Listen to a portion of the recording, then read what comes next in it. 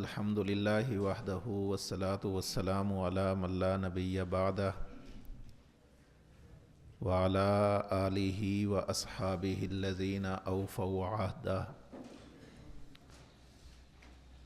اما بعد فاعوذ باللہ من الشیطان الرجیم بسم اللہ الرحمن الرحیم یثبت اللہ الذین آمنوا بالقول الثابت فی الحیاۃ الدنیا وفی الآخرہ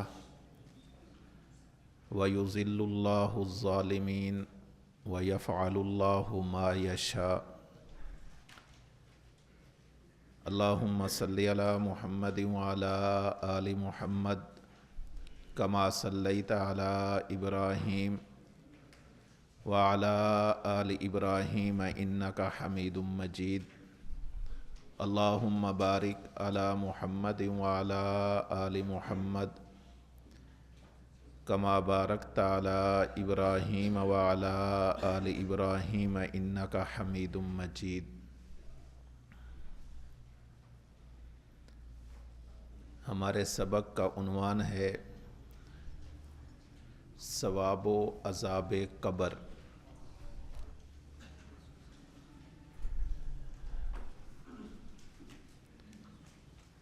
اس مسئلے سے متعلقہ چند تمہیدی باتیں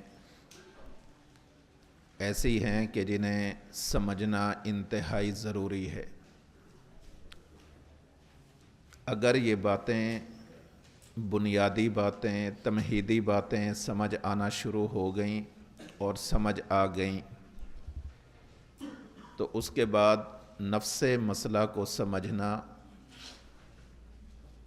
نفس مسئلہ کی تنقیح، اس کے دلائل، فریقین کا موقف اور گمراہ لوگوں کے اس مسئلے پر شبہات، اعتراضات، اشکالات اور ان کے جوابات، تمام باتوں کو سمجھنا آسان ہو جائے گا۔ میں چند تمہیدی باتیں عرض کرنے لگا ہوں اور کوشش کروں گا کہ جب ایک تمہیدی بات سمجھا لوں تو اس کا خلاصہ پھر آپ لوگوں سے سن لوں، جب دوسری بات سمجھا لوں تو اس کا خلاصہ بھی آپ لوگوں سے سن لوں۔ اس لیے سبق میں پوری توجہ کے ساتھ تشریف رکھیں۔ پہلی بات یہ ذہن میں رکھیں کہ اللہ رب العزت نے ہمیں جو دین عطا فرمایا ہے، ہمیں جو اسلام عطا فرمایا ہے اور ہمیں جو شریعت عطا فرمائی ہے، یہ 5 چیزوں سے مرکب ہے، 5 چیزوں کا مجموعہ ہے۔ نمبر 1، اعتقادات، یعنی اسلام میں کچھ عقائد ہیں، نظریات ہیں جن کو دل سے تسلیم کیا جاتا ہے اور زبان سے اس کا اقرار کیا جاتا ہے۔ نمبر 2، عبادات، یعنی کچھ احکام ایسے ہیں کہ جن پر عمل کیا جاتا ہے، کچھ مسائل ایسے ہیں کہ جن کو عمل میں لایا جاتا ہے۔ نمبر 3، معاملات، شریعت نے لوگوں کے ساتھ رہنے سہنے کے لیے اور ان کے ساتھ معاملات کرنے کے اصول بتائے ہیں۔ نکاح کیسے کرنا ہے، طلاق کیسے دینی ہے وغیرہ، خریدنا کیسے ہے، بیچنا کیسے ہے، بہت سارے معاملات، قرض دینا کیسے ہے، قرض لینا کیسے ہے، قرض کی واپسی کیسے ہے، لین دین، باہمی لین دین کو معاملات کہا جاتا ہے اور شریعت نے اس میں بھی مسلمانوں کی رہنمائی فرمائی ہے۔ نمبر 4، معاشرت یا معاشرات، انسانی معاشرے میں ایک دوسرے کے ساتھ برتاؤ کیا کرنا ہے، اکٹھے بیٹھنے والے آپس میں کیا برتاؤ کریں، پڑوسی آپس میں کیا برتاؤ کریں، ایک گھر میں رہنے والے لوگ آپس میں کیسے رہیں، رہن سہن، اسے کہا جاتا ہے معاشرت یا معاشرات۔ نمبر 5 اخلاقیات، یعنی زندگی گزارنے کے اسلامی آداب۔ یہ 5 چیزیں ہیں۔ نمبر 1 اعتقادات، نمبر 2 عبادات، نمبر 3 معاملات، نمبر 4 معاشرات، اور نمبر 5 اخلاقیات۔ کبھی اس کو اسی تفصیل کے ساتھ بتایا جاتا ہے کہ دین اسلام 5 چیزوں کا مجموعہ ہے، اور کبھی اس کے اندر اختصار کر لیا جاتا ہے۔ اختصار کرنے کے بعد پھر یوں کہا جاتا ہے کہ دین اسلام 3 چیزوں کا نام ہے۔ نمبر 1 اعتقادات، نمبر 2 عبادات، اور نمبر 3 اخلاقیات۔ معاملات اور معاشرت وہ عبادات کے اندر چلی جاتی ہیں، اور کبھی اس کے اندر مزید اختصار کر لیا جاتا ہے اور یوں کہا جاتا ہے کہ دین اسلام کی بنیاد 2 چیزیں ہیں۔ نمبر 1 اعتقادات، اور نمبر 2 عبادات، عقیدہ اور مسئلہ۔ تو پھر وہ باقی تینوں چیزیں اسی عبادات کے اندر آ جاتی ہیں۔ معاملات بھی عبادات کے اندر آ جاتے ہیں کہ صحیح معاملہ کیا جائے گا تو عبادت بن جائے گی، صحیح معاشرت کی جائے گی تو عبادت بن جائے گی، اچھے اخلاق رکھے جائیں گے تو وہ بھی عبادت بن جائیں گے۔ قرآن کریم کا مطالعہ یہ بتلاتا ہے، سنت رسول صلی اللہ علیہ وسلم کا مطالعہ یہ بتاتا ہے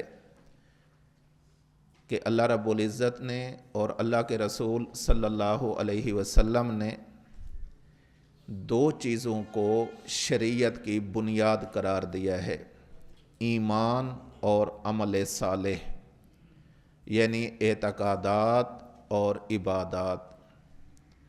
قرآن کریم میں ہے ان الذین آمنوا وعملوا الصالحات کانت لہم جنات الفردوس نزلا۔ جس کا ایمان ٹھیک ہوا، عقیدہ ٹھیک ہوا، اور جس کا عمل سنت کے مطابق ہوا، کانت لہم جنات الفردوس نزلا، تو یہ لوگ جنتی ہوں گے۔ تو یہ پہلی تمہیدی اور بنیادی بات ہے کہ دین اسلام 5 چیزوں کے مجموعے کا نام ہے، مزید اختصار کریں تو 3 چیزوں کے مجموعے کا نام ہے، اور اس سے زیادہ اختصار کریں تو 2 چیزوں کا نام ہے، اور یہ 2 چیزیں ایسی ہیں کہ جو شریعت کی بنیاد ہیں۔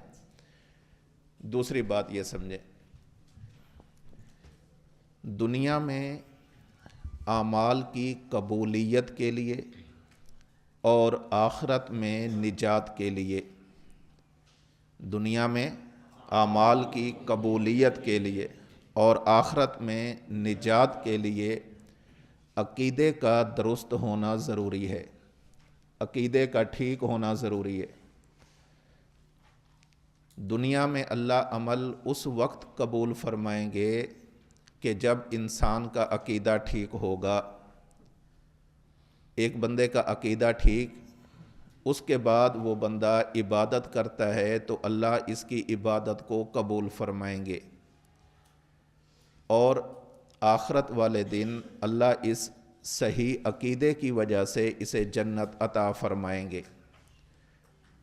تو دنیا میں اعمال کی قبولیت کے لیے اور آخرت میں نجات کے لیے صحیح عقیدے کا ہونا ضروری ہے، اور اگر خدا نخواستہ کسی بندے کا عقیدہ درست نہ ہوا، اعتقادات ٹھیک نہ ہوئے، اور وہ بندہ بظاہر عبادات بھی کرتا ہے، بظاہر وہ بندہ معاملات بھی اچھے کرتا ہے، بظاہر وہ بندہ رہن سہن اور معاشرت بھی اچھی رکھتا ہے، اور بظاہر وہ بندہ اپنے اخلاقیات بھی اچھے رکھتا ہے، تو دنیا میں اس کی کوئی چیز اللہ کے ہاں قابل قبول نہیں، اور آخرت میں ایسے بندے کے لیے نجات نہیں ہے۔ اس لیے ایک جملے کی اصلاح کرنا انتہائی ضروری ہے۔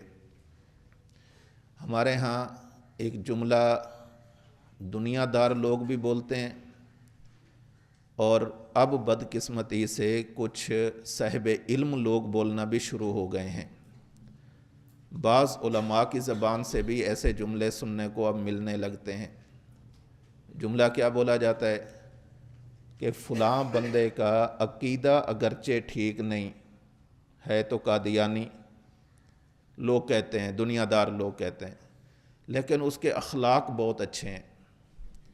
فلاں گمراہ فرقے کے لوگوں کے عقیدے تو ٹھیک نہیں، نظریہ تو ٹھیک نہیں، لیکن ان کی عبادت کا جو سٹائل ہے، ان کی جو عبادات ہیں، وہ کیا کہنے، معاملات کے بڑے اچھے ہیں، اخلاق بہت اچھے ہیں ان کے، معاشرت کے کیا کہنے۔ یہ بات یاد رکھنا، قرآن کریم میں اور سنت رسول صلی اللہ علیہ وسلم میں اس طرح کی باتوں کی حوصلہ شکنی کی گئی ہے۔ کبھی بھی یہ جملہ اپنی زبان سے ادا نہ کریں۔ دیکھیں، عقیدہ اکائی ہے، اور باقی جتنی چیزیں ہیں وہ اس کے بعد آتی ہیں۔ عقیدہ ٹھیک ہے، اب اخلاق ٹھیک ہوگا۔ اللہ کو مانا ہے، اللہ کی مان کر اگر وہ اخلاق اچھے کر رہا ہے تو ٹھیک ہے، اور اگر نہیں کر رہا تو اخلاق ہی نہیں ہے۔ یہ اخلاق کس سے بنتے ہیں؟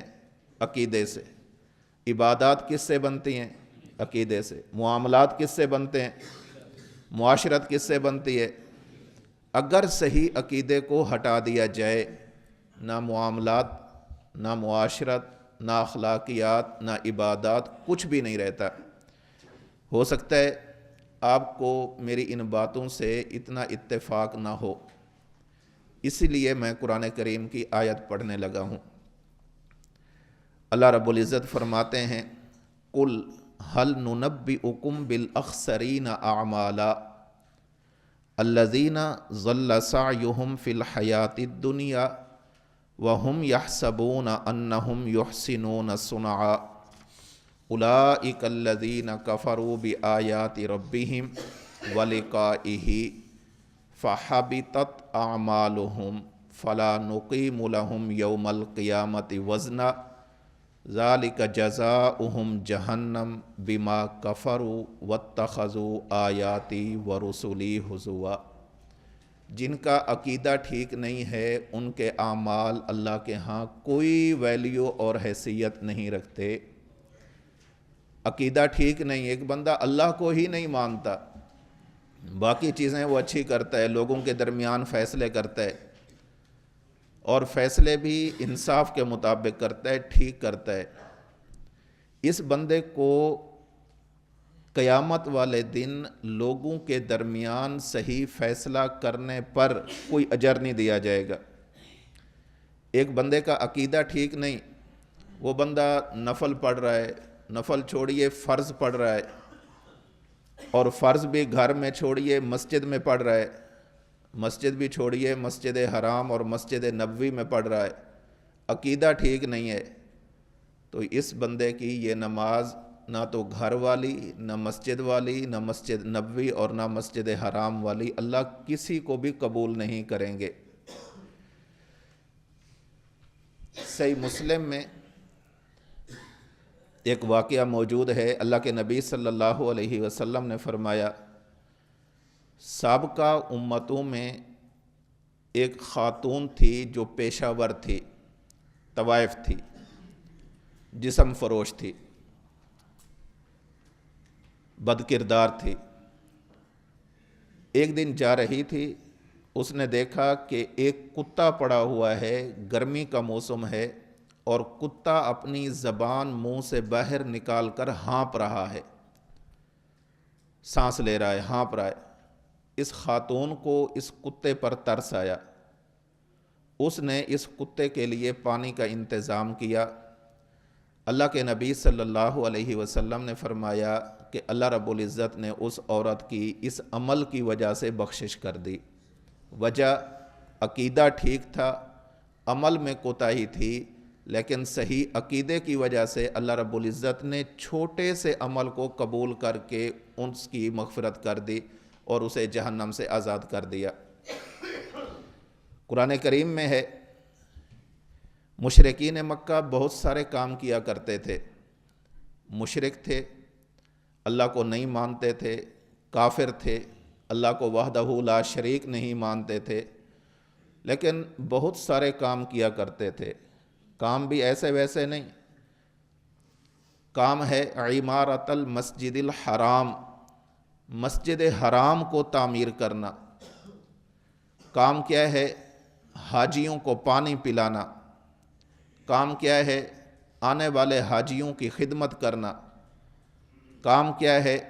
آنے والے حجاج کو ستو پلانا، شربت پلانا، ان کی دیکھ بھال کرنا، ان کی خدمت کرنا۔ ایک عام بندے کی خدمت کریں تو کتنا اجر ہے، اور اگر حجاج کی خدمت کی جائے تو اللہ کتنا اجر عطا فرماتے ہیں۔ اس مسجد کے اندر کوئی ایک اینٹ لگا دے تو اللہ اس کی بخشش کر دیتے ہیں، اور مشرکین مکہ تو مسجد حرام کی تعمیر کیا کرتے تھے، لیکن مسجد حرام کی تعمیر کے باوجود یہ لوگ جنت میں نہیں جائیں گے۔ کتے کو پانی پلانے پر تو بندہ جنت میں جا سکتا ہے اگر عقیدہ ٹھیک ہو، لیکن اگر عقیدہ ٹھیک نہ ہو تو حاجیوں کو پانی پلانے، شربت پلانے اور ستو پلانے پر بھی اللہ جنت عطا نہیں فرماتے۔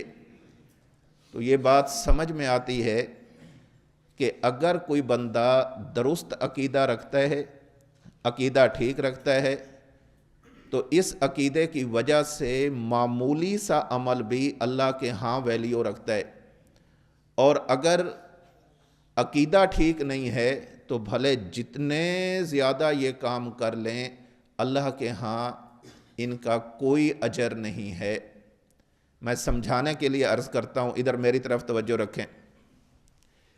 میں یہاں پر ایک صفر لگا دوں، پھر اس کو دوسری صفر لگا دوں، تیسری لگا دوں، فرض کریں میں 10 صفریں لگا دوں، میں 20 صفریں لگا دوں، میں آپ سے پوچھوں کہ یہ کیا ہے، آپ کہیں گے زیرو، کچھ بھی نہیں ہے۔ اچھا، میں اب 1 لگا دیتا ہوں، 1 لگانے کے بعد جب زیرو لگاؤں گا، میں آپ سے پوچھوں کہ یہ کیا ہے، تو آپ کیا کہیں گے؟ مزید صفر لگاؤں تو کیا کہیں گے؟ اور لگاؤں تو، اور لگاؤں تو، بس توجہ رکھنا، یہ عقیدہ بنیاد ہے، یہ اکائی ہے۔ جب یہ آئے گی تو پھر یہ جو 0 ہیں یہ اعمال ہیں، ان کی ویلیو، ان کی حیثیت اسی وقت مانی جا سکتی ہے کہ جب یہ اکائی کے ساتھ آئیں، عقیدے کی درستگی کے ساتھ ہیں۔ جیسے کوئی 0 لکھتے 1000 0 بھی لکھ لے، وہ 0 ہی رہتی ہے، اس کا کوئی وزن نہیں ہوتا، لیکن جب 1 لکھنے کے بعد آگے 0 لگائی جاتی ہے تو اس 0 کا وزن ہوتا ہے، اس 0 کی اہمیت ہوتی ہے، اس کی حیثیت ہوتی ہے، اس کی ویلیو ہوتی ہے، اور اگر 1 نہ لگایا جائے تو پھر کوئی بھی حیثیت نہیں ہوتی۔ اسی طرح یہ عقیدہ اکائی ہے۔ جب یہ عقیدہ ہوگا تو پھر آپ نماز پڑھیں، 1 0 لگ گئی، روزہ رکھیں، دوسری 0 لگ گئی، یعنی آپ کا اجر مسلسل بڑھنا شروع ہو گیا۔ اجر کی بنیاد کیا ہے؟ عقیدہ۔ اور ادھر توجہ رکھیں، اگر میں یہاں پر 1 لکھوں اور اس کے اس طرف 0 لگانے کی بجائے میں 1 کے اس طرف 0 لگا لوں، میں پھر پوچھوں کہ یہ کیا ہے، تو آپ کیا کہیں گے؟ 1۔ میں اس طرف دوسری 0 لگا لوں، 1، تیسری لگا لوں، جتنی بھی لگا لوں، تو پھر یہ کیا ہوگا؟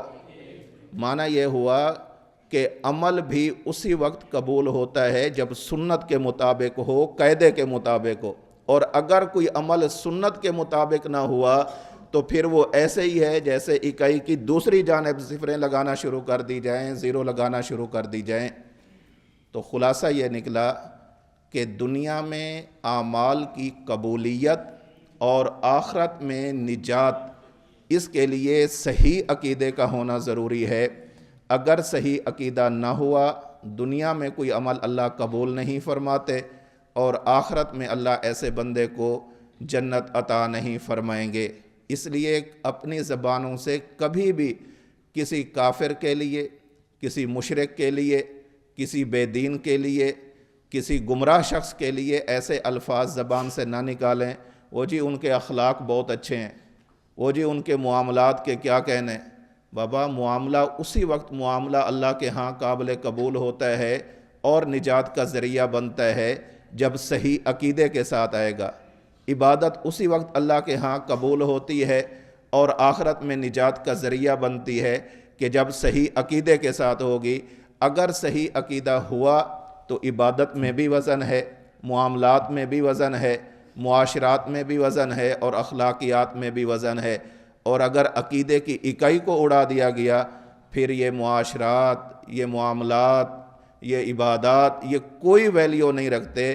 اس لیے جن لوگوں کا عقیدہ ٹھیک نہیں ہے، ان لوگوں کے محض کسی کام کی وجہ سے متاثر نہ ہوا کریں، اور جن لوگوں کا عقیدہ ٹھیک ہے ان کی کسی غلطی سے زیادہ پریشان نہ ہوا کریں۔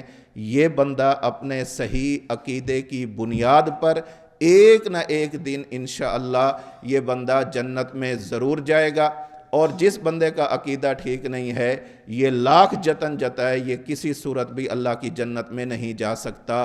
تو انجام کے اعتبار سے وہی لوگ کامیاب ہیں جن کا عقیدہ ٹھیک ہے اور جن کا عمل سنت کے مطابق ہے، اور ان لوگوں کا انجام درست نہیں ہے کہ جن کا عقیدہ ٹھیک نہیں یا جن کا عمل سنت کے مطابق نہیں ہے۔ تیسری بات، یہ بات ہمیں معلوم ہو گئی کہ عقیدے کا صحیح ہونا ضروری ہے۔ عقیدے کا ہونا بھی ضروری ہے اور عقیدے کے صحیح ہونا بھی ضروری ہے۔ اب ادھر توجہ رکھیں، عقیدے جو بنیادی ہیں، بڑے عقیدے ہیں، بنیاد ہیں، اصل ہیں، وہ 3 عقیدے ہیں۔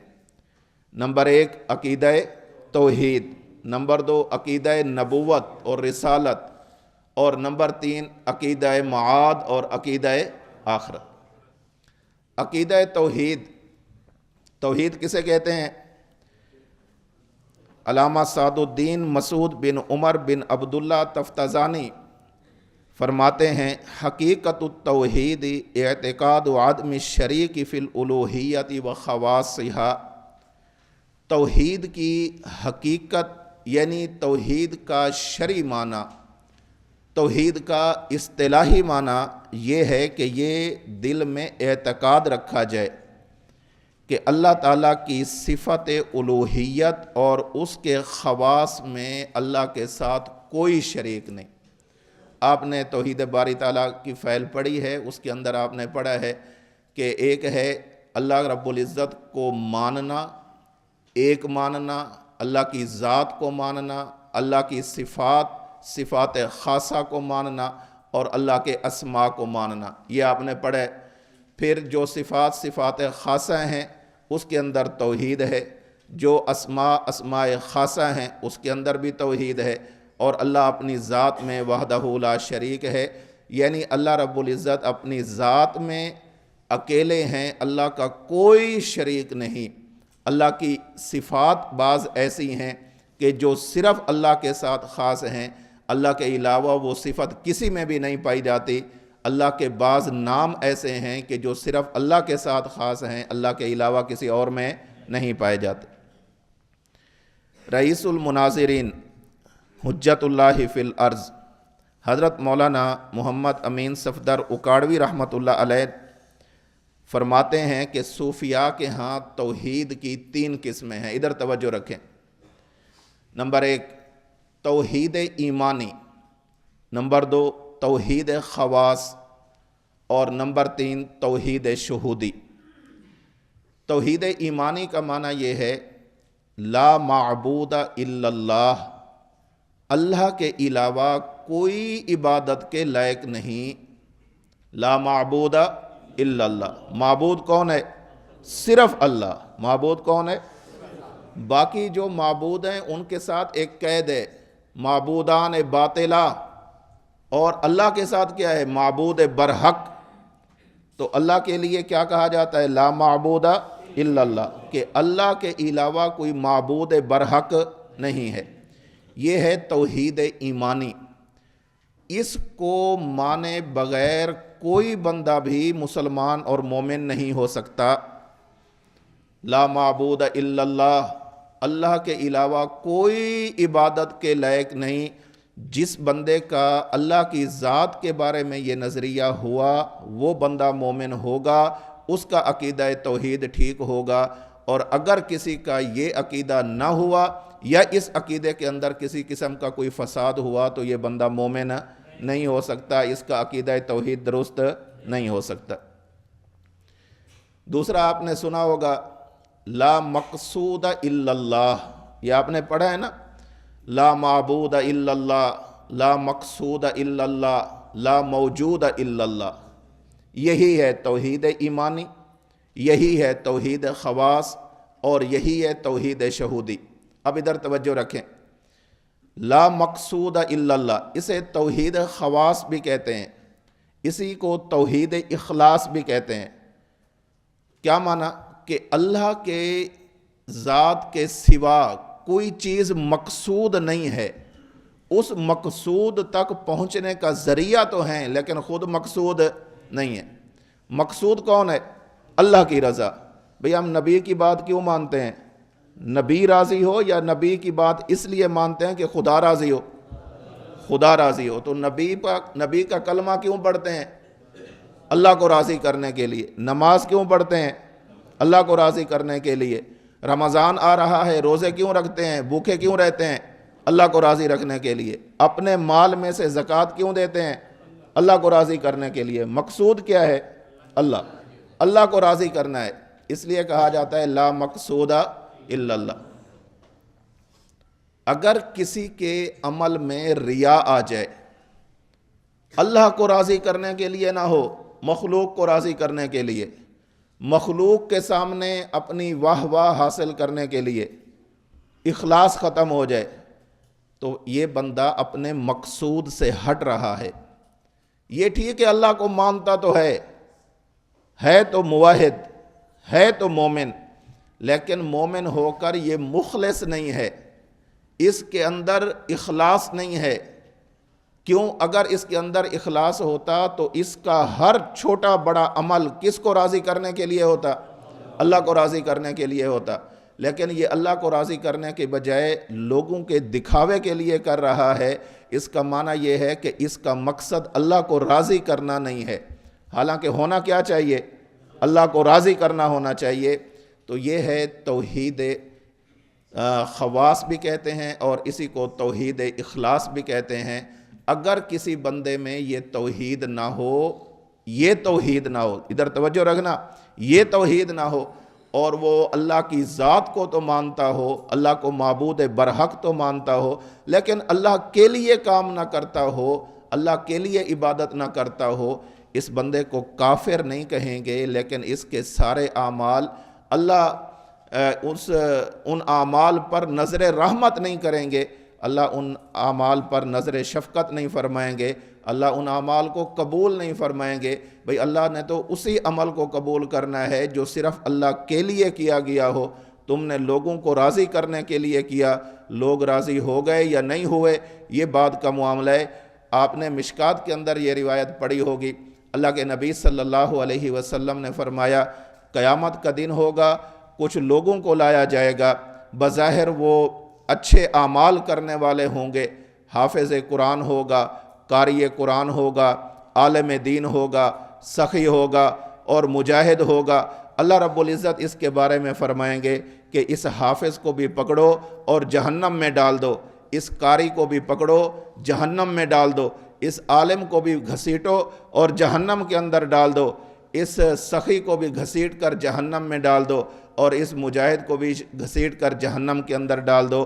اللہ کے نبی صلی اللہ علیہ وسلم فرماتے ہیں پھر اللہ رب العزت سے یہ بندہ عرض کرے گا کہ یا اللہ تو نے مجھے حافظہ دیا، دماغ دیا، میں نے تیرے کلام کو یاد کیا، خود پڑھا، لوگوں کو پڑھایا، خود سیکھا، لوگوں کو سکھایا۔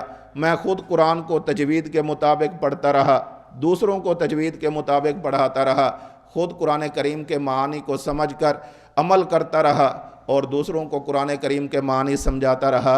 اللہ مجھے جہنم میں کیوں ڈالا جا رہا ہے؟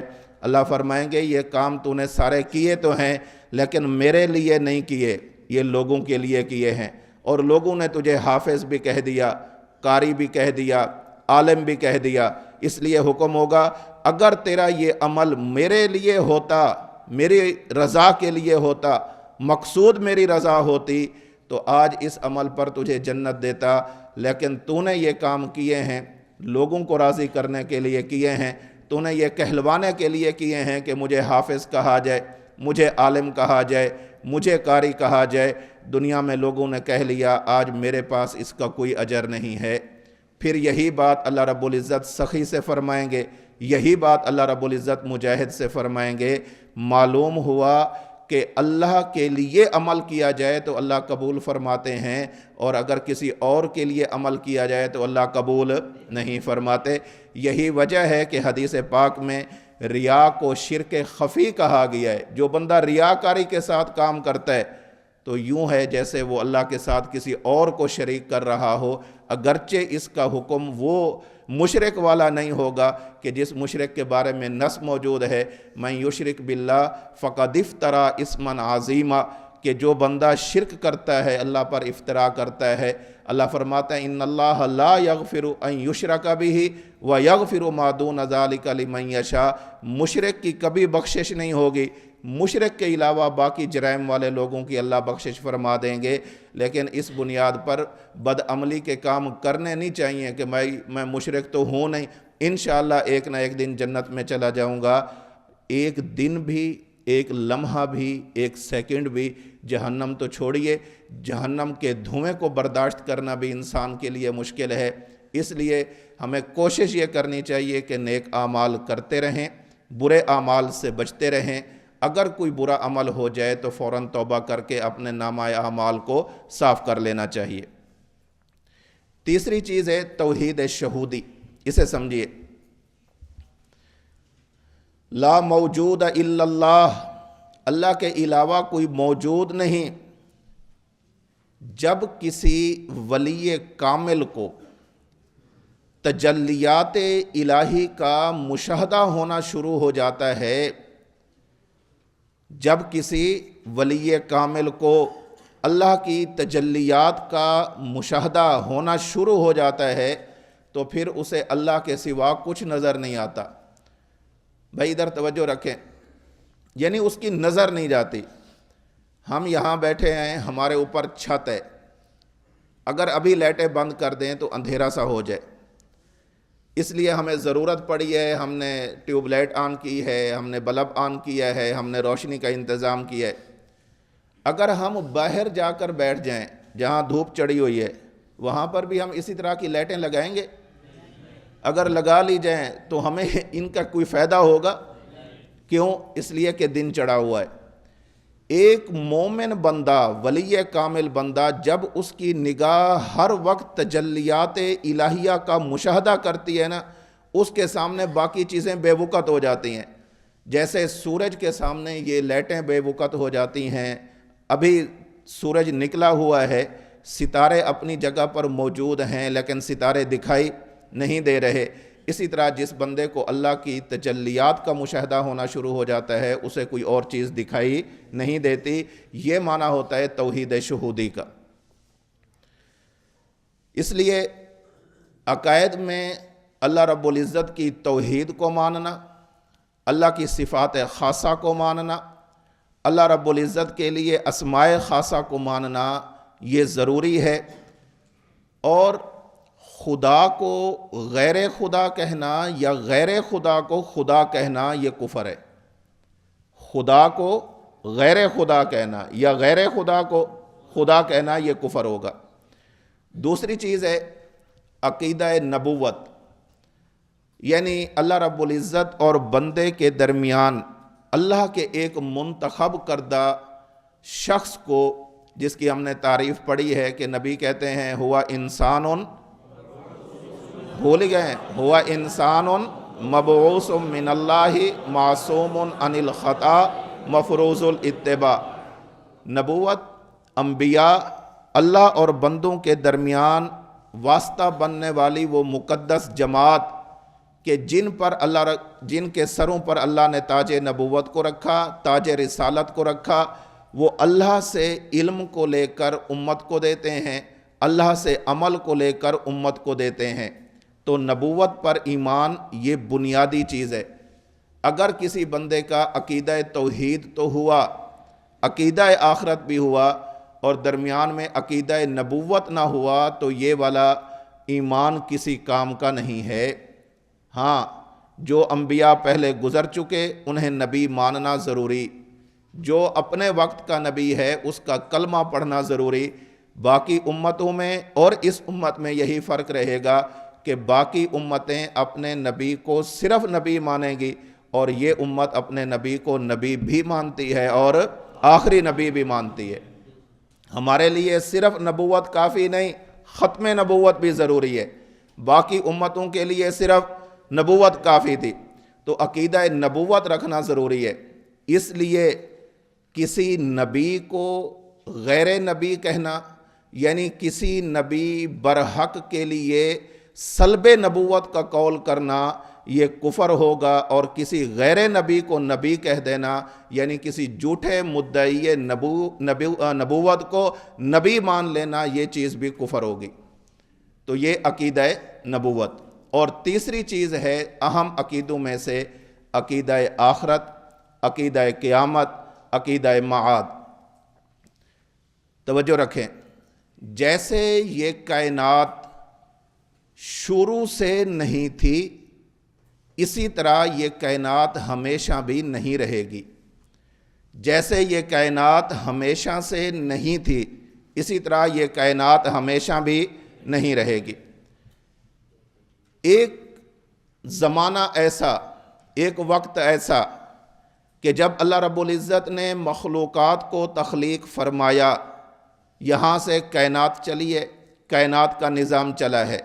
جب اللہ رب العزت نے مخلوق کی تخلیق فرمائی ہے، میں صرف انسانوں کی بات نہیں کر رہا، مخلوقات کی تخلیق کی بات کر رہا ہوں۔ جب اللہ رب العزت نے مخلوقات کی تخلیق فرمائی تو کائنات اب بنی ہے، اس سے پہلے نہیں تھی۔ اور ایک وقت آئے گا، قیامت آ جائے گی، اس وقت اس کائنات کا یہ جو موجودہ نظام ہے، نظام مشاہد ہے، یہ ختم ہو جائے گا۔ اسی کو قیامت کہتے ہیں۔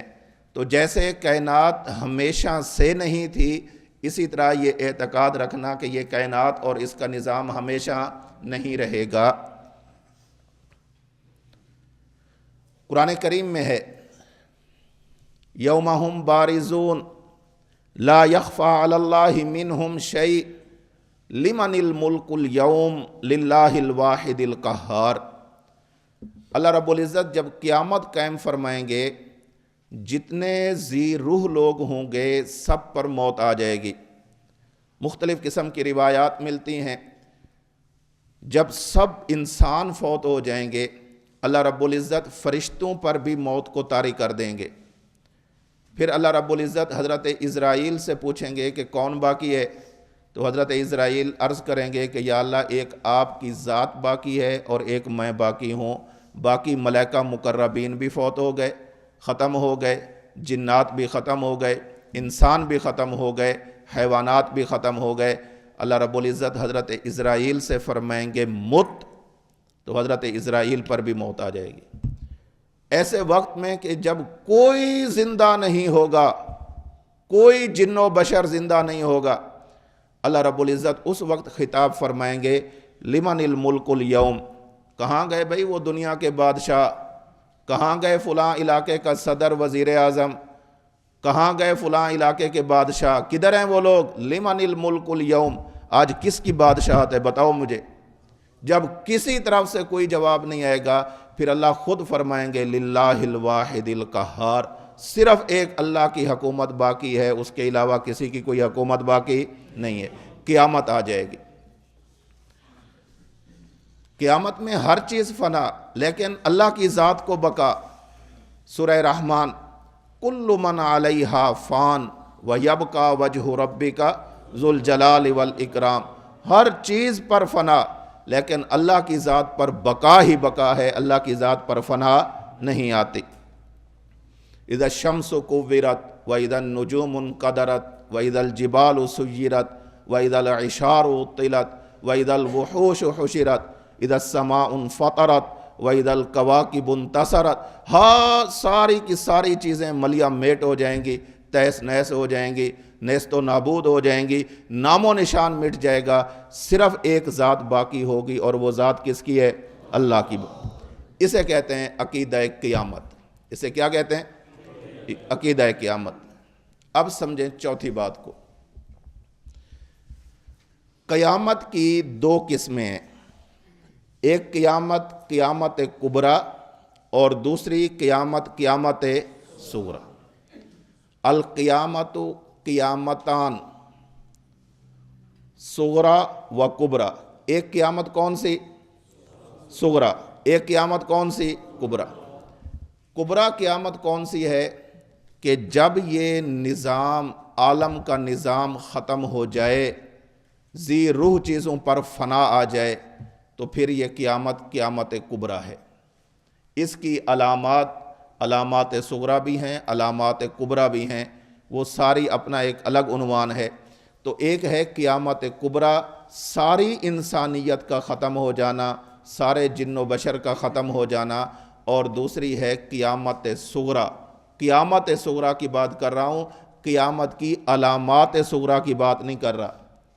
قیامت صغریٰ ہی الموت، ہی الموت، جب کوئی بندہ فوت ہو جاتا ہے تو اس پر قیامت آ جاتی ہے، اس کے حق میں اس پر قیامت آ گئی۔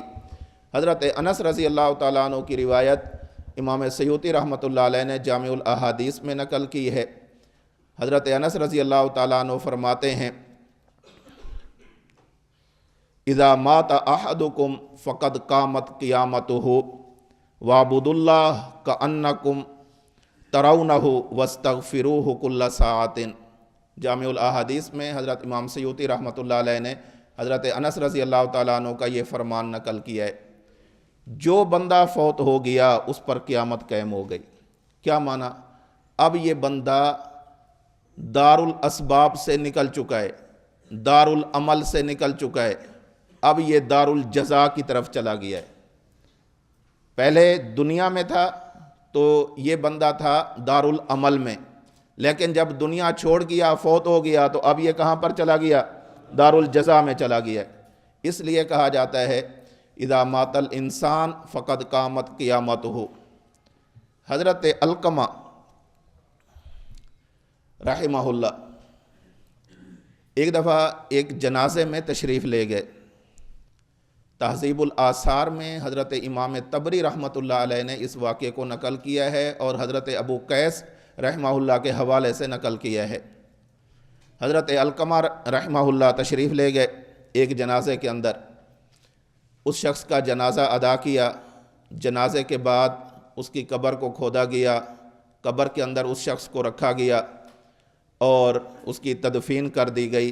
حضرت علقمہ فرمانے لگے، اما ھذا فقد قامت قیامتہ، یہ جو بندہ ہے نا، اس کی قیامت شروع ہو چکی ہے۔ ایک ہے قیامت کبریٰ، وہ اپنے وقت پر ہوگی، جب پورے انسانوں پر وفات آ جائے گی، سارے انسان ختم ہو جائیں گے، فنا آ جائے گی۔ لیکن اس بندے کے حق میں اس کی قیامت یعنی موت جو آئی ہے وہ شروع ہو چکی ہے۔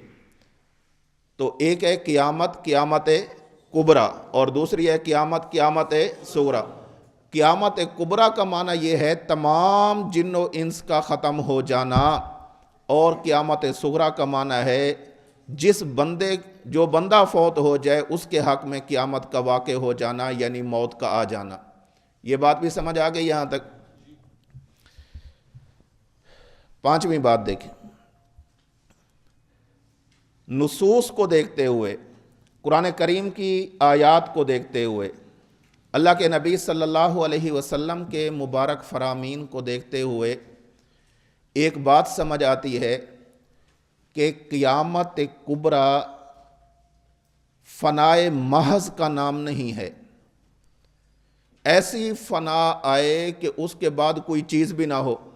کیا بھئی آپ لوگوں کا یہی نظریہ ہے کہ قیامت جب آئے گی اس کے بعد کچھ بھی نہیں ہوگا یا کچھ ہوگا؟ اس کے بعد اللہ رب العزت قبروں سے نکالیں گے کہ نہیں نکالیں گے؟ میدان محشر میں پیشی ہونی ہے کہ نہیں؟ سوال اور جواب ہونے ہیں کہ نہیں؟ عذاب اور راحت ہے کہ نہیں؟ جنت اور جہنم ہے کہ نہیں؟ تو قیامت کبریٰ فنائے محض کا نام نہیں ہے کہ ہر چیز ایسے ختم ہو جائے کہ کسی چیز کا وجود ہی باقی نہ رہے۔ ہاں، ان پر وفات کا آ جانا، ان کا ختم ہو جانا، یہ الگ بات ہے، لیکن ایسے ختم ہوں کہ سارا قصہ ہی ختم ہو جائے اور اس کے بعد انہوں نے اٹھنا نہ ہو، ان کی میدان محشر میں پیشی نہ ہو، اللہ کے حضور ان سے سوال اور جواب نہ ہو، اور پھر اللہ کی طرف سے جنت اور جہنم کے فیصلے نہ ہو، جنت کے اندر راحت نہ ہو، جہنم کے اندر عذاب نہ ہو۔ ہم قیامت کبریٰ کو مانتے ہیں۔ اس کا معنی یہ کہ ہم قیامت کبریٰ کو فنائے محض نہیں مانتے، بلکہ یہ کہتے ہیں کہ قیامت کے بعد اللہ رب العزت نے ایک جہان رکھا ہے، اس جہان کے اندر حیات بھی ہے، اس جہان کے اندر سوال و جواب بھی ہے، اس جہان کے اندر ثواب اور عذاب بھی ہے، اس کے اندر راحت اور تکلیف بھی ہے۔ اسی طرح جو قیامت صغریٰ ہے یہ بھی فنائے محض کا نام نہیں ہے۔ الموت لیس بعدم محض، موت یہ عدم محض کا نام نہیں ہے کہ جو بندہ بس مر گیا ختم۔ جیسے قیامت کبریٰ کے بعد حیات ہے، سوال و جواب ہے، ثواب و عذاب ہے، راحت اور تکلیف ہے، اسی طرح قیامت صغریٰ موت سے لے کر بعث تک کا جو زمانہ ہے جسے عالم برزخ کہا جاتا ہے، اس کے اندر بھی قرآن و سنت کی روشنی میں، دلائل شریعت کی روشنی میں، قرآن اور سنت کو دیکھتے ہوئے اور ان نصوص کو سامنے رکھتے ہوئے ہمارا ایمان اور نظریہ ہے کہ موت کے بعد بھی فنائے محض نہیں ہے، بلکہ اس کے بعد بھی حیات ہے، اس کے بعد بھی سوال اور جواب ہے، اس کے بعد بھی راحت اور تکلیف ہے، ثواب اور عذاب ہے۔ جیسے قیامت کبریٰ یہ فنائیت محض کا نام نہیں ہے، بلکہ انتقال من دارن الی دارن، انتقال من حال الی حال کا نام ہے۔ اسی طرح جو قیامت صغریٰ ہے یعنی کسی بندے کا فوت ہو جانا، الموت لیس بعدم محض، یہ بھی فنائے محض کا نام نہیں ہے، یہ بھی انتقال من دارن الی دارن، یہ بھی انتقال من حال الی حال، ایک گھر سے دوسرے گھر کی طرف سفر ہے، ایک حالت سے دوسری حالت کی طرف منتقل ہونا ہے۔ جیسے قیامت کبریٰ وہ انتقال من دارن الی دارن ہے، اسی طرح قیامت صغریٰ یعنی موت سے لے کر بعث تک کا جو زمانہ ہے یہ بھی انتقال من دارن الی دارن، من حال الی حال ہے۔ یہاں تک بھی بات سمجھ آ گئی؟ چھٹی بات،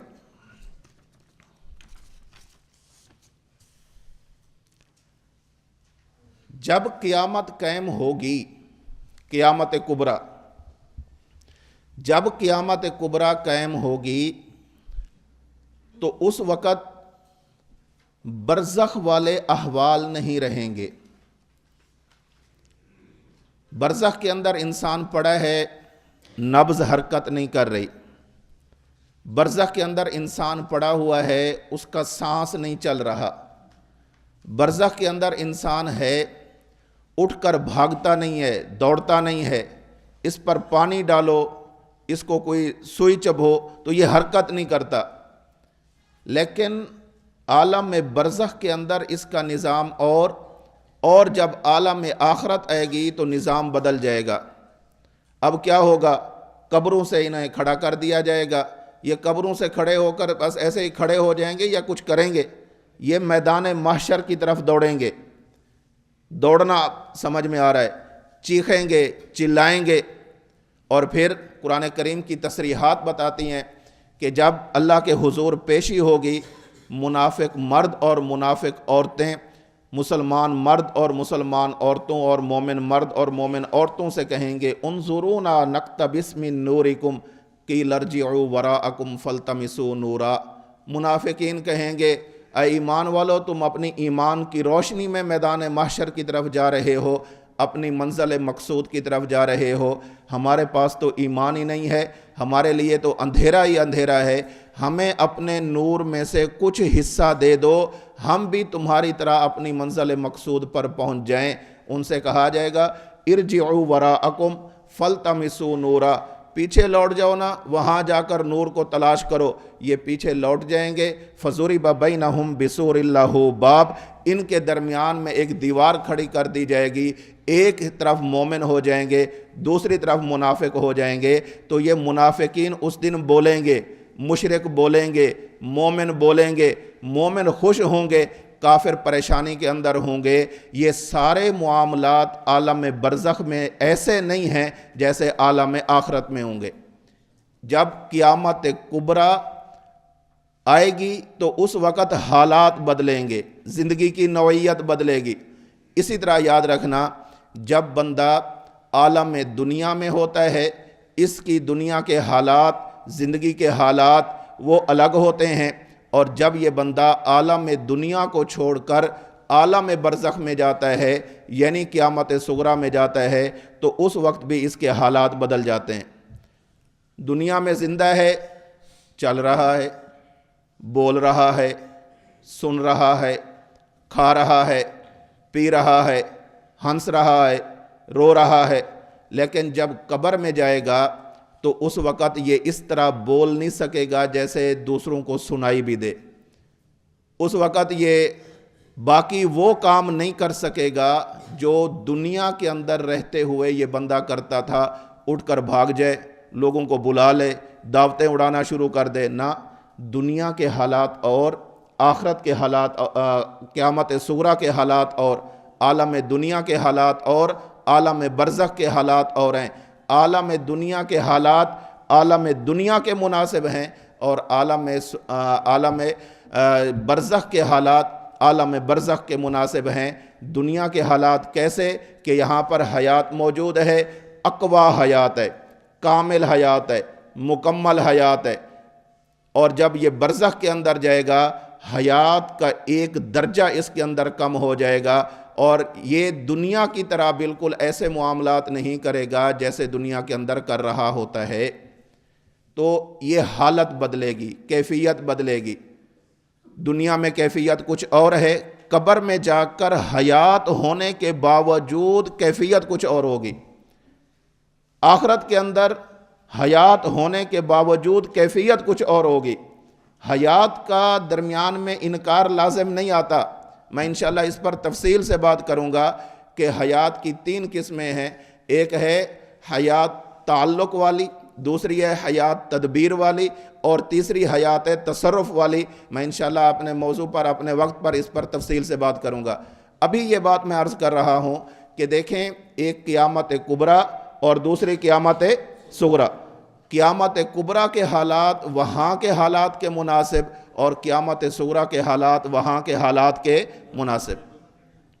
اب آئیں ایک اور بات کی طرف۔ اللہ کے نبی صلی اللہ علیہ وسلم کے مبارک زمانے میں جب اللہ کے نبی نے اللہ کی توحید کو سمجھایا، اپنی نبوت اور ختم نبوت کی دعوت دی، شریعت پر عمل کرنے کی دعوت دی، اور عقیدہ آخرت کو سمجھایا، تو وہاں پر اللہ کے نبی کے دشمن، اللہ کے نبی کی ذات کے دشمن، اللہ کے نبی کی بات کے دشمن، اور اللہ کے نبی صلی اللہ علیہ وسلم کی تعلیمات کے دشمن، انہوں نے اللہ کے نبی صلی اللہ علیہ وسلم کے ذکر کردہ، بیان کردہ جو عقیدہ ہے قیامت کبریٰ والا، اس کا انکار کیا۔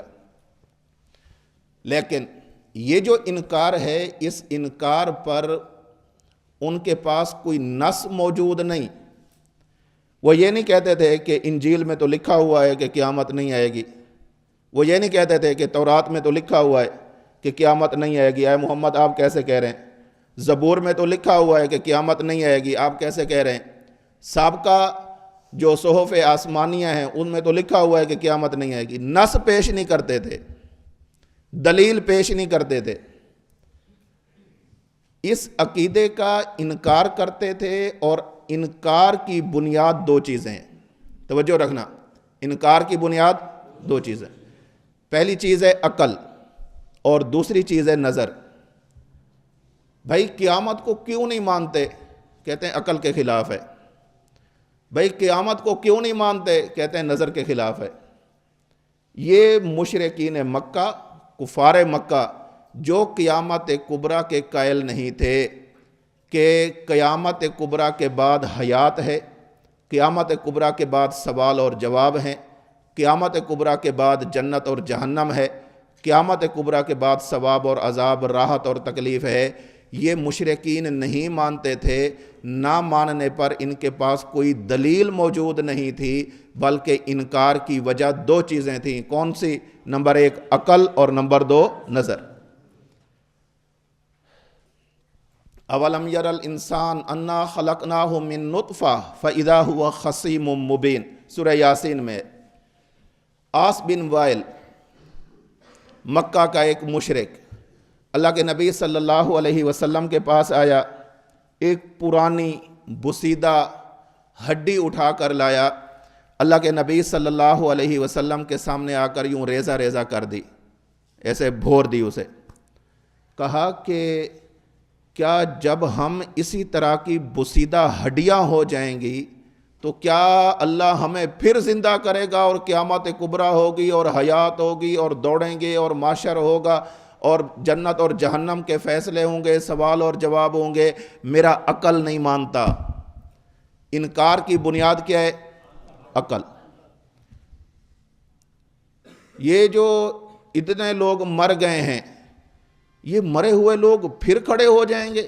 اَإِذَا كُنَّا عِظَامًا وَرُفَاتًا أَإِنَّا لَمَبْعُوثُونَ خَلْقًا جَدِيدًا، سورہ اسراء، کہ جب ہم مر جائیں گے، ہڈیاں رہ جائیں گی، گوشت ختم ہو جائے گا، ہڈیاں بھی ریزہ ریزہ ہو جائیں گی، ٹوٹ جائیں گی، بکھر جائیں گی، أَإِنَّا لَمَبْعُوثُونَ خَلْقًا جَدِيدًا، اللہ ہمیں پھر کھڑا کرے گا؟ کیوں نہیں مان رہے؟ بنیاد کیا ہے؟ عقل۔ بنیاد کیا ہے؟ نظر۔ ہمیں فَأْتُوا بِآبَائِنَا إِن كُنتُمْ صَادِقِينَ، اے محمد اگر تم کہتے ہو کہ مرنے کے بعد اللہ نے پھر کھڑا کرنا ہے تو ہمارے آباء و اجداد کو مرے ہوئے کتنا عرصہ ہو گیا ہے۔ اگر اللہ نے واقعتاً قیامت کبریٰ رکھی ہے تو جو ہمارے آباء و اجداد مر گئے ہیں، مٹی میں مل گئے ہیں، انہیں آج دوبارہ زندہ ہوتا ہوا ہم دیکھ لیں تو ہم آپ کی بات مان لیں گے۔ ہمیں وہ زندہ ہوتے ہوئے نظر نہیں آ رہے، اس لیے ہم آپ کی بات نہیں مانتے۔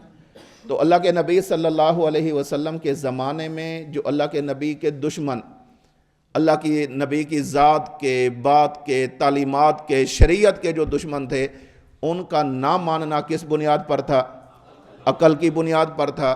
ان کا نہ ماننا کس بنیاد پر تھا؟ نظر کی بنیاد پر تھا۔ یہی باتیں، وہ جی فلاں بندہ اسے بھیڑیا کھا گیا، اسے شیر کھا گیا، چیتا کھا گیا، وہ مر گئے، ختم ہو گئے۔ فلاں بندہ نہر میں گیا، نہر میں ڈوب کر غرق ہو گیا، دریا میں ڈوب کر غرق ہو گیا، وہ تو ختم ہو گئے، پتہ ہی نہیں کہاں پر ہیں اور کہاں پر نہیں ہیں۔ یہ 10 بندے اکٹھے پڑے ہوئے ہیں، یہ سارے کے سارے زمین میں مدفون ہیں، ان کے اجزاء آپس میں مل چکے ہیں۔ اللہ رب العزت انہیں قیامت والے دن کیسے زندہ کرے گا؟ سورہ قیامہ اللہ فرماتے ہیں لا اقسم بیوم القیامہ ولا اقسم بالنفس اللوامہ ایحسب الانسان ان لن نجمع عظامہ۔ اللہ نے جواب دیا بلا قادرین علی ان نسوی بنانا۔ یہ انسان یہ سمجھتا ہے، کافر انسان، کہ ہمارے لیے مشکل ہے مرے ہوں کو دوبارہ زندہ کرنا، یہ سمجھتا ہے۔ بلا قادرین، ہم تو قدرت والے ہیں، طاقت والے ہیں، اپنی طاقت سے ایسا کر کے دکھا دیں گے۔ علی ان نسوی بنانا، صرف زندہ نہیں کریں گے، ان کا ایک ایک جوڑ، ان کا ایک ایک پورا، اور اس پورے پر جو لائنیں ہیں، ایک ایک لائن، وہ بھی اسی طرح دوبارہ کر دیں گے جس طرح یہ بندہ دنیا کے اندر تھا۔ ابھی اس کے اجزاء کہاں پڑے ہوئے ہیں؟ بابا کسی چیز کو عدم سے وجود میں لانا یہ مشکل ہوتا ہے، اور کسی چیز کو فنا کے بعد دوبارہ وجود میں لانا اتنا مشکل نہیں ہوتا۔ اللہ رب العزت نے تو انسانوں کو عدم سے وجود بخشا ہے جو ہمارے اعتبار سے مشکل ہے، اللہ کے لیے وہ بھی آسان ہے، اور اللہ کے لیے فنا کے بعد دوبارہ بقا دینا یہ بھی آسان ہے۔ اللہ کی قدرت کو نہ سمجھنے کی وجہ سے یہ باتیں کی جاتی تھیں، اور جب ہم مر جائیں گے، ہم ہڈیاں ہو جائیں گے، ریزہ ریزہ ہو جائیں گے، بوسیدہ ہو جائیں گے، ہمارے ذرات بھی نہیں ملیں گے، تو اللہ ہمیں کیسا زندہ کرے گا؟ اللہ نے اسی صورت کے آخر میں فرمایا الم یکن نطفۃ من منی یمنی ثم کان علقۃ فخلق فسوی فجعل منہ الزوجین الذکر والانثی الیس ذلک بقادر علی ان یحیی الموتی۔ تمہیں یہ بات کیوں نہیں سمجھ آتی کہ جو خدا عدم سے وجود دے سکتا ہے تو تھوڑی دیر کے فنا کے بعد دوبارہ وجود دینا اس خدا کے لیے کوئی مشکل نہیں ہے۔ یہ ان کی بات میں نے کی ہے جو قیامت کبریٰ کے بعد حیات کے قائل نہیں، قیامت کبریٰ کے بعد سوال اور جواب کے قائل نہیں، قیامت کبریٰ کے بعد راحت اور تکلیف کے قائل نہیں، ثواب و عذاب کے قائل نہیں۔ بالکل اسی طرح کچھ لوگ ایسے ہیں کہ جو قیامت صغریٰ کے بعد حیات کے قائل نہیں، قیامت صغریٰ یعنی موت کے بعد وہ لوگ سوال اور جواب کے قائل نہیں۔ کچھ لوگ ایسے ہیں جو قیامت صغریٰ موت کے بعد وہ ثواب اور عذاب کے قائل نہیں۔ اور عجیب اتفاق دیکھیے، ادھر توجہ رکھیں، عجیب اتفاق دیکھیے، قیامت کبریٰ کے جو منکرین تھے، جو بنیادیں ان کی تھیں، قیامت صغریٰ کے بعد حیات کو نہ ماننے والوں کی بنیادیں بھی وہی ہیں۔ ان کی بنیاد کیا ہے؟ بھائی قبر روضۃ من ریاض الجنہ، حفر من حفر النار، حفرۃ من حفر النار، یہ جنت کے باغیچوں میں سے ایک باغیچہ یا جہنم کے گڑھوں میں سے ایک گڑھا ہے۔ کیوں نہیں مانتے؟ کہتے ہیں عقل میں نہیں آتا۔ جنت قبر کو وسیع کر دیا جاتا ہے، تا حد نگاہ جاتی ہے، تا حد نگاہ انسان کے لیے وہ قبر کھل جاتی ہے، مانو؟ کہتے ہیں نہیں مانتے۔ پھر کیوں نہیں مانتے؟ عقل میں نہیں آتا، ساتھ والے مردے کدھر جائیں گے؟ بھائی اللہ رب العزت ان کے اندر حیات رکھے گا، سوال اور جواب ہوں گے، فرشتے آئیں گے، منکر نکیر آئیں گے، آ کر ان سے سوال کریں گے، مانو؟ نہیں مانتے۔ وہ تو مردہ ہے، کیسے اٹھ کر بیٹھے گا؟ کیوں نہیں مان رہے بھائی؟ عقل نہیں مانتی۔ عقل نہیں مانتی تو قیامت صغریٰ کے بعد حیات کا، ثواب و عذاب کا، منکر نکیر کے سوالات کا، راحت اور تکلیف کا انکار کیا جا رہا ہے۔ کیوں؟ عقل نہیں مانتی۔ اور ادھر قیامت کبریٰ کے بعد حیات کا انکار تھا، کیوں؟ عقل نہیں مانتی۔ ادھر قیامت صغریٰ کے بعد حیات کا انکار ہے، کیوں؟ نظر نہیں آتا۔ ادھر قیامت کبریٰ کے بعد حیات کا انکار تھا، کیوں؟ نظر نہیں آتا۔ تو جو انکار کی بنیادیں قیامت کبریٰ کے حوالے سے مشرکین مکہ کی تھیں اور دنیا بھر کے کافروں کی تھیں، آج وہی بنیادیں ان لوگوں کی ہو گئی ہیں کہ جو قیامت صغریٰ کے بعد حیات کو نہیں مانتے۔ قیامت صغریٰ کے بعد جو اللہ رب العزت نے زندگی دینی ہے، اچھا قبر کے اندر اس کا سانس نہیں گھٹتا؟ کہاں جاتا ہے اگر زندہ ہے تو؟ اس کو سانس لینے میں دشواری نہیں ہوتی؟ یہ کیسا جنت کا باغ ہے، ہمیں تو درمیان سے ایک پھول بھی نظر نہ آیا۔ یہ کیسے جہنم کا گڑھا ہے، ہمیں تو ایک انگارہ بھی نظر نہ آیا۔ یہاں پر بھی انکار کی بنیاد کیا ہے؟ عقل۔ اور وہاں پر بھی انکار کی بنیاد کیا ہے؟ یہاں پر بھی انکار کی بنیاد کیا ہے؟ نظر۔ اور وہاں پر بھی کیا ہے؟ نظر۔ دونوں میں یہ مشترک ہے بات۔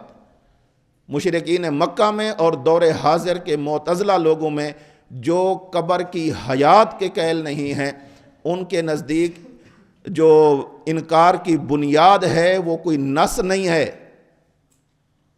کوئی حدیث نہیں ہے، کوئی قرآن کی آیت نہیں ہے۔ کیوں نہیں مان رہے؟ عقل میں نہیں آتا۔ کیوں نہیں مان رہے؟ دکھائی نہیں دے رہا۔ وہ کیوں نہیں مانتے تھے؟ عقل میں نہیں آتا تھا۔ وہ کیوں نہیں مانتے تھے؟ دکھائی نہیں دیتا تھا۔ تو جو جرم ان لوگوں کا تھا اسی سے ملتا جلتا جرم انہی لوگوں کا ہے۔ اور ہم اہل سنت والجماعت ہم قیامت کبریٰ کے بعد بھی حیات کے قائل ہیں، ہم قیامت کبریٰ کے بعد بھی سوال و جواب کے قائل ہیں، ثواب و عذاب کے قائل ہیں۔ اسی طرح ہم قیامت صغریٰ کے بعد بھی احادیث کی روشنی میں، دلائل شریعت کی روشنی میں ہم قبر کے اندر بھی حیات کے قائل ہیں، قبر کے اندر سوال اور جواب کے بھی قائل ہیں، اور قبر کے اندر ثواب اور راحت اور تکلیف کے بھی قائل ہیں۔ ہم ان چیزوں کو مانتے ہیں، اس کا انکار عقل کی بنیاد پر نہیں کرتے، ان کا اس بات دلائل کی بنیاد پر کرتے ہیں، قول پیغمبر کی بنیاد پر کرتے ہیں، قول خدا کی بنیاد پر کرتے ہیں۔ اور وہ جو لوگ تھے وہ ان چیزوں کا انکار عقل کی بنیاد پر کرتے تھے۔ آج کے دور حاضر کے معتزلہ اور گمراہ قسم کے لوگ جو قبر کی حیات کے قائل نہیں ہیں، مرنے کے بعد قبر کے اندر زندگی کے قائل نہیں ہیں، سوال اور جواب کے قائل نہیں ہیں، ثواب اور عذاب کے قائل نہیں ہیں، یہ لوگ بھی جو نہیں مانتے، ان کے نہ ماننے کی بنیاد عقل اور نظر ہے، اور ہمارے ماننے کی بنیاد نہ عقل ہے نہ نظر ہے۔ ہم قیامت صغریٰ کے بعد بھی حیات کو مانتے ہیں دلائل شریعت کی وجہ سے، اور قیامت کبریٰ کے بعد بھی حیات کو مانتے ہیں اور دلائل شریعت کی وجہ سے۔ ساتویں بات، یہ جو ابھی میں نے یہ بات عرض کی ہے کہ جو لوگ قبر کے اندر حیات کو نہیں مانتے، ان کے نہ ماننے کی بنیاد نص نہیں، نہ ماننے کی بنیاد کوئی دلیل نہیں، ان کے نہ ماننے کی بنیاد عقل ہے۔ یہ بات اگر آج ہم کہیں تو ہو سکتا ہے کسی ایسے شخص کو ہماری اس بات سے اختلاف ہو کہ جو اسی نظریے کا حامل ہے، وہ کہے گے یہ مولوی صاحب آپ نے تعصب والی بات کی ہے، ایسا ہے نہیں۔ 8ویں صدی ہجری کے معتبر عالم امام بدر الدین الزرکشی رحمہ اللہ، انہوں نے البحر المحیط فی اصول الفقہ میں مومنین کی بات کی ہے، وہ مومنین جن کا عقیدہ ٹھیک ہے، اور پھر اس کے بعد انہوں نے بات کی ہے معتزلہ کی، اور معتزلہ کی گمراہی کو بیان کیا، گمراہی کو بھی بیان کیا اور گمراہی کی وجہ کو بھی بیان کیا۔ ادھر توجہ رکھیں، معتزلہ کی گمراہی کو بھی بیان کیا اور اس کی وجہ کو بھی۔ فرماتے ہیں وَالْمُعْتَزِلَةُ لَمَّا قَلَّدُوا عُقُولَهُمْ أَنْكَرُوا عَذَابَ الْقَبْرِ، جب ان لوگوں نے اپنے عقل کی بات ماننا شروع کر دی، معتزلہ نے، لَمَّا قَلَّدُوا عُقُولَهُمْ، جب یہ اپنے عقل کی تقلید میں لگ گئے، عقل کی بات ماننے میں لگ گئے، أَنْكَرُوا عَذَابَ الْقَبْرِ، نتیجہ کیا نکلا کہ یہ عذاب قبر کا انکار کرنے لگے، وَسُوَالَ مُنْكِرٍ وَنَكِيرٍ، اور منکر نکیر کے سوال کا انکار کرنے لگے، وَوَزْنَ أَعْمَالِهِمْ، اور اعمال کا جو وزن ہونا ہے اس کا انکار کرنے لگے۔ کیا کہنے لگے کہ بھئی قبر کے اندر عذاب کیسے ہوگا، ہمارا عقل نہیں مانتا، یہ قبر کے اندر آ کر فرشتے بندے کو بٹھا دیں گے اور پھر اس سے سوال اور جواب کریں گے، ہماری عقل نہیں مانتی، اس لیے ہم اس کا اقرار نہیں کرتے، انکار کرتے ہیں۔ قیامت والے دن اللہ رب العزت اعمال کا وزن فرمائیں گے۔ وہ کہتے ہیں اعمال کا وزن کیا ہوگا، میں نے نماز پڑھ لی ہے، ایک ایسی چیز ہے، اس کا کیسے وزن ہوگا، یہ بات ہماری عقل میں نہیں آتی۔ اس لیے اپنے عقل کی اتباع کے اندر انہوں نے قبر کے عذاب کا بھی انکار کیا ہے، قبر کے اندر ہونے والے سوال اور جواب کا بھی انکار کیا ہے، وزن اعمال کا بھی انکار کیا ہے۔ یہ بات اسی لیے عرض کی جا رہی ہے کہ جو لوگ قیامت صغریٰ کے بعد سے پہلے وقوع قیامت سے پہلے قبر کے اندر حیات کے قائل نہیں ہیں، قبر کے اندر سوال اور جواب کے قائل نہیں ہیں، قبر کے عذاب اور ثواب کے قائل نہیں ہیں، ان کی بنیاد کوئی دلیل نہیں ہے، قرآن کی آیت نہیں ہے، کوئی حدیث پیغمبر نہیں ہے، کوئی اجماع کا قول نہیں ہے، کسی صحابی کا اثر نہیں ہے، کسی تابعی کا قول نہیں ہے، کسی مفسر محدث کی بات نہیں ہے، بلکہ ان کے انکار کی بنیاد محض عقل ہے اور محض نظر ہے۔ اور ہمارے ماننے کی بنیاد وہ اللہ کا قرآن ہے، ہمارے ماننے کی بنیاد وہ اللہ کے نبی کا فرمان ہے، ہمارے ماننے کی بنیاد اس امت کا اس مسئلے پر متفق ہونا ہے۔ ہم مانتے ہیں قیامت کبریٰ کے بعد بھی حیات ہے، بنیاد دلیل کیا ہے؟ اللہ کا قرآن ہے۔ دلیل کیا ہے؟ اللہ کے نبی کا فرمان ہے۔ دلیل کیا ہے؟ اجماع امت ہے۔ اسی طرح ہم مانتے ہیں کہ قیامت صغریٰ کے بعد بھی حیات ہوگی۔ دلیل کیا ہے؟ وہی شریعت کے دلائل ہیں۔ انہی دلائل کی روشنی میں ہم قیامت کبریٰ کے بعد والی حیات کو بھی مانتے ہیں اور قیامت صغریٰ کے بعد والے جو حیات ہے اس کو بھی مانتے ہیں۔ 8ویں بات، ادھر توجہ رکھیں۔ یہ جو عقل کے تابع ہو گئے ہیں، ہم ان عقل مندوں سے یا عقل کے دشمنوں سے ایک سوال کرنا چاہتے ہیں اور بڑے مؤدبانہ طرز میں سوال کرنا چاہتے ہیں۔ ادھر توجہ رکھیں۔ دیکھیں، آپ حضرات نے شرح عقائد میں یہ تفصیل پڑھی ہوگی، اسباب العلم ثلاثۃ الحواس السلیمہ الی آخرہ۔ آپ نے پڑھا اللہ رب العزت نے انسان کے حصول علم کے لیے جو چیزیں رکھی ہیں انہیں حواس خمسہ کہا جاتا ہے۔ کیا کہا جاتا ہے؟ حواس خمسہ۔ میں آنکھ سے اس صوفی صاحب کو دیکھ رہا ہوں تو میرا یہ ذہن بن گیا، میرا دل مان رہا ہے، مجھے یقین ہو گیا کہ یہ صوفی صاحب سامنے بیٹھے ہوئے ہیں۔ آپ کہیں سبحان اللہ، اوے بولو اے، ابھی آپ نے سبحان اللہ کہا، میں نے سن لیا۔ یہ آپ کے سبحان اللہ کہنے پر میرے پاس دلیل کیا ہے؟ حواس، کان سے میں نے سنا ہے۔ یہاں پر کوئی بندہ اچھی خوشبو لگا کر آ جائے، میں اسے سونگھ لوں، میں کہوں گا کہ اس نے فلاں خوشبو لگائی ہوئی ہے، مجھے علم کیسے ہوا؟ سونگھ کر۔ کسی کو دیکھ کر ہے، کسی کو سن کر ہے، کسی چیز کو زبان سے چکھ کر ہے، کسی چیز کو ہاتھوں یا جسم کے دیگر اعضاء سے ٹٹول کر ہے۔ تو یہ جو حواس خمسہ ہیں اصل میں تو حصول علم کا یہی ذریعہ ہیں، لیکن ادھر توجہ رکھنا، بہت ساری چیزیں ایسی ہیں کہ بسا اوقات محض حواس خمسہ سے وہ چیزیں معلوم نہیں ہوتی۔ اگر کسی کے پاس ان حواس خمسہ سے کوئی اضافی ذریعہ آ جائے تو وہ چیز اسے معلوم ہو جاتی ہے جس کے پاس اضافی ذریعہ ہے، لیکن اسے معلوم نہیں ہوتی جس کے پاس صرف حواس خمسہ ہیں۔ بات مشکل تو نہیں ہے؟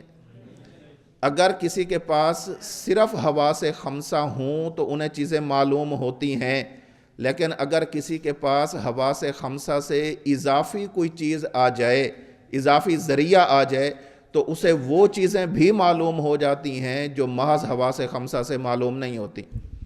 ادھر توجہ رکھیں۔ میں پوچھتا ہوں کہ اس وقت روڈ پر کون سی گاڑی جا رہی ہے؟ آپ کہیں گے ہمیں کیا پتہ؟ میں کہوں گا آپ کی آنکھیں نہیں ہیں؟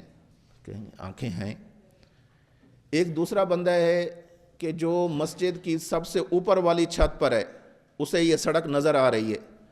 میں اس سے پوچھوں کہ اس وقت کون سی بس جا رہی ہے؟ وہ کہے گا سکائی ویز کی، وہ کہے گا بندیال ڈیوو جا رہی ہے، وغیرہ۔ بھائی میں اس سے پوچھتا ہوں، اے چھت والے بندے، آپ کی 4 آنکھیں ہیں؟ وہ کہے گا نہیں جی 2 ہی ہیں۔ تیری بھی 2 آنکھیں ہیں، ادھر جو ہم لوگ بیٹھے ہوئے ہیں ہماری کتنی ہیں؟ 2 ہیں۔ ہم 2 آنکھوں والوں کو نظر نہیں آیا، آپ کی بھی 2 آنکھیں، آپ کو کیسے نظر آ گیا؟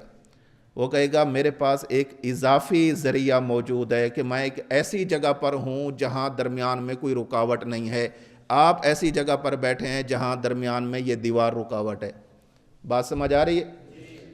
دونوں بندے مسجد کی چھت پر چڑھ گئے، دونوں کی 2 آنکھیں ہیں۔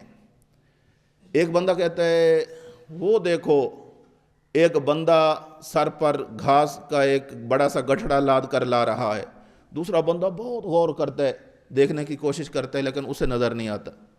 کہتا ہے بھئی مجھے تو نظر نہیں آ رہا۔ تجھے کیسے نظر آ رہا ہے؟ کہتا ہے مجھے نظر آ رہا ہے، اس کے ساتھ ایک بچہ بھی ہے، اس نے اس کا ہاتھ بھی پکڑا ہوا ہے، سر پہ گٹھڑا بھی رکھا ہوا ہے، وہ دیکھو مجھے نظر آ رہا ہے۔ پوچھا جائے گا آپ کی 4 آنکھیں ہیں؟ وہ کہے گا نہیں 2 ہیں۔ لیکن میرے پاس اضافی ذریعہ ہے دوربین. دوربین سے مجھے وہ بندہ دور والا قریب نظر آ رہا ہے, صاف نظر آ رہا ہے. تیرے پاس یہ اضافی ذریعہ نہیں ہے دوربین والا, اس لیے تجھے وہ چیز نظر نہیں آ رہی. ادھر توجہ رکھنا مولانا, جیسے دنیا کی چیزوں اور باتوں کے بارے میں اس بندے کو زیادہ علم ہوتا ہے جس کے پاس حواس خمسہ سے علاوہ کوئی اضافی ذریعہ بھی موجود ہو, اسے زیادہ پتہ ہوتا ہے. اسی طرح شریعت کے معاملات میں حواس خمسہ کے علاوہ جس کے پاس اضافی ذریعہ ہوگا اسے نظر بھی زیادہ آتا ہے, اس کا علم بھی زیادہ ہوتا ہے.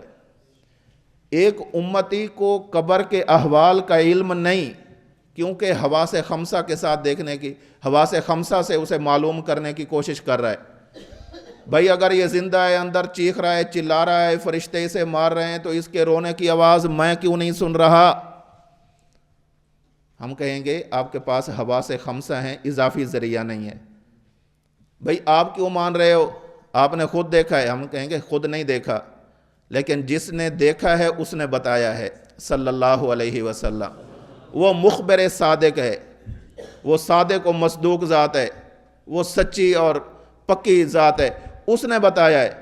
بھائی آپ کی بھی, امتی کی بھی دو آنکھیں, نبی کی بھی دو آنکھیں. ہم کہیں گے حواس کے اعتبار سے ہماری بھی دو آنکھیں, نبی کی بھی دو آنکھیں, لیکن نبی کے پاس اضافی ذریعہ موجود ہے, وحی الہی والا, وہ ہمارے پاس نہیں ہے. اللہ کیا فرماتے ہیں؟ قل انما انا بشر مثلکم یوحا الی. اگر جسمانی ساخت کی بات کی جائے تو میں تمہارے جیسا ایک بشر ہوں. جسم کو دیکھا جائے, تمہاری آنکھیں ہیں, میری بھی آنکھیں ہیں, تمہارے کان ہیں, میرے بھی کان ہیں, تمہارا سر ہے, میرا بھی سر ہے, تمہارے دو ہاتھ دو پاؤں ہیں, میرے دو ہاتھ دو پاؤں ہیں. انما انا بشر مثلکم. لیکن تمہارے اور میرے درمیان میں فرق کرنے والی چیز کیا ہے؟ یوحا الی. میرے اوپر وحی آتی ہے, تمہارے اوپر وحی نہیں آتی. تو نبی کے پاس ایک اضافی ذریعہ موجود ہوتا ہے. اس اضافی ذریعے کی وجہ سے نبی فرماتا ہے کہ یہ معاملات ایسے ہیں. اور نبی پر ایمان لانے کا معنی یہی ہوتا ہے کہ نبی کی وہ باتیں بھی مان لی جائیں جو ہمیں حواس سے معلوم ہوتی ہیں, اور نبی کی وہ باتیں بھی مان لی جائیں جو ہمیں حواس سے معلوم نہیں ہوتی لیکن نبی کو وحی کے ذریعے معلوم ہو جاتی ہیں. یہی معنی ہے ایمان کا. ادھر توجہ رکھیں, ایمان کسے کہتے ہیں؟ ایمان کا معنی یہ ہے اللہ کی طرف سے نبی, اللہ کا بھیجا ہوا پیغمبر جو چیزیں لے کر آئے انہیں جان لینا, پہچان لینا اور مان لینا. کیا کہہ رہا ہوں؟ بسا اوقات کچھ چیزیں ایسی ہوتی ہیں جو ہم جان نہیں سکتے لیکن ماننا پھر بھی ضروری ہے. کچھ چیزیں ایسی ہوتی ہیں جو ہماری پہچان میں نہیں آ رہی ہوتی, انہیں ماننا پھر بھی ضروری ہوتا ہے. ایمان تصدیق قلبی اور اقرار باللسان کا نام ہے. کیا معنی؟ محض جاننے کا نام نہیں, محض جان لینا یہ ایمان نہیں ہے. علم, محض جاننا یہ ایمان نہیں ہے. ایمان تصدیق قلبی محض معرفت کا نام بھی نہیں ہے. کیا معنی؟ صرف پہچان لینا, یہ بھی ایمان نہیں ہے. ایمان کیا ہے؟ مان لینا. ایمان کیا ہے؟ ادھر توجہ رکھیں بابا. کفار مکہ اللہ کے نبی صلی اللہ علیہ وسلم کو جانتے تھے یا نہیں جانتے تھے؟ مومن تھے. یہود مدینہ اللہ کے نبی صلی اللہ علیہ وسلم کو جاننے کے ساتھ ساتھ پہچانتے بھی تھے. یعرفون ہو کما یعرفون ابناءہم.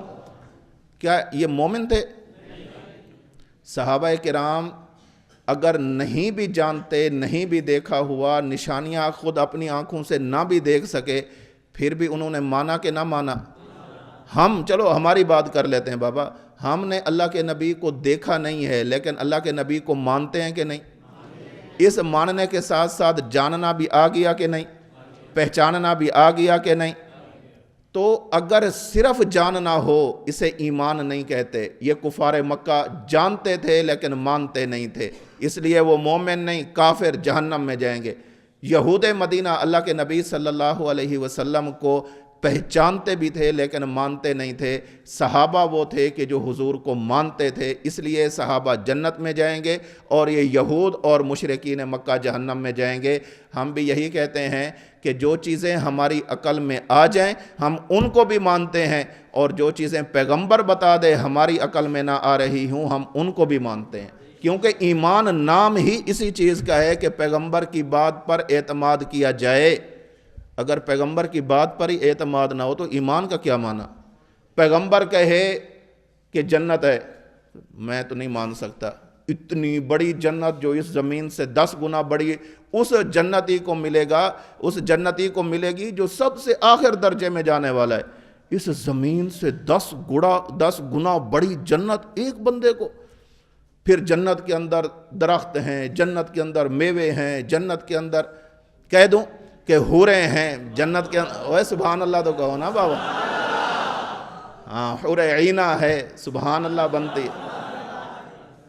تو جنت کے اندر یہ ساری چیزیں ہیں، اور عقل کا اندھا کیا کہتا ہے؟ میں نہیں مانتا کیونکہ میرے عقل۔ آج کے ملحدین کا سب سے بڑا اختلاف کیا ہے ہمارے ساتھ؟